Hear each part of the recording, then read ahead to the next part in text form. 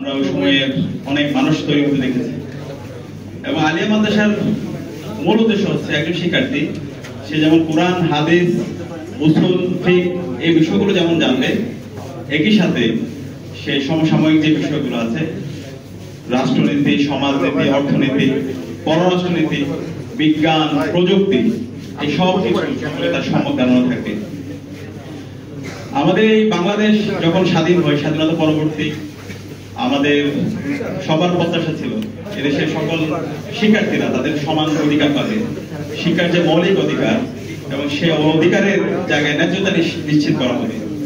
কিন্তু আমরা দেখতে পেয়েছি স্বাধীনতা পরবর্তী আমাদের দেশের যে শিক্ষা ব্যবস্থা, সেই শিক্ষা ব্যবস্থায় সবসময় আমাদের অন্য দেশের যে শিক্ষা ব্যবস্থা সেটা আমাদের উপর চাপিয়ে দেওয়া হয়েছে।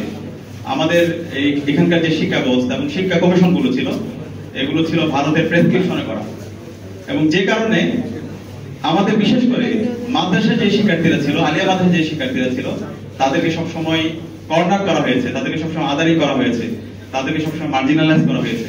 তাদের এই মাদ্রাসার শিক্ষার্থী, আলিয়া মাদ্রাসার শিক্ষার্থী এই পরিচয়ের কারণে তাদেরকে বিভিন্ন জায়গা থেকে বঞ্চিত করা হয়েছে। এবং বিগত 16 বছরে যদি দেখি, এই শোষণের মাত্রাটা ছিল সবচেয়ে বেশি। এবং ঢাকা বিশ্ববিদ্যালয় থেকে শুরু করে বাংলাদেশের বড় বড় বিশ্ববিদ্যালয়গুলোতে শুধুমাত্র মাদ্রাসা শিক্ষার্থী এই পরিচয়ের কারণে তাদেরকে বিভিন্নভাবে বঞ্চিত করা হয়েছে। অনার্সে, মাস্টার্সে ফার্স্ট হয়েছে, কিন্তু সে মাদ্রাসায় পড়ে, সে কারণে তাকে বিশ্ববিদ্যালয়ের শিক্ষক হিসেবে নেওয়া হয়নি।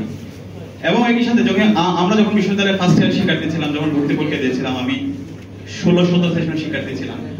ওই সময়ে বিশ্ববিদ্যালয়ে প্রায় 12 থেকে 13টা সাবজেক্ট আমরা ভর্তি হতে পারি না, শুধুমাত্র মাদ্রাসা শিক্ষার্থী হওয়ার কারণে। বিশ্ববিদ্যালয়ের ফার্স্ট হয়েছে বি ইউনিটে এবং বি ইউনিটে, কিন্তু একজন শিক্ষার্থী সে ইংলিশে ভর্তি হতে পারে না।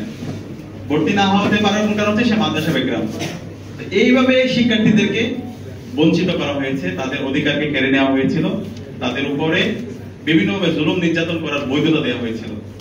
তো আজকে জুলাই বিপ্লব পরবর্তী এবং এদেশে আমাদের শহীদদের আত্মত্যাগের মাধ্যমে আজকে আমরা আজাদী পেয়েছি। এখন পর্যন্ত আজাদী পেলেও মাদ্রাসা শিক্ষার্থীদের উপর যে বঞ্চনা এবং মাদ্রাসার শিক্ষকদের উপর যে বঞ্চনা, সে বঞ্চনা এখন পর্যন্ত দূর হয় নাই।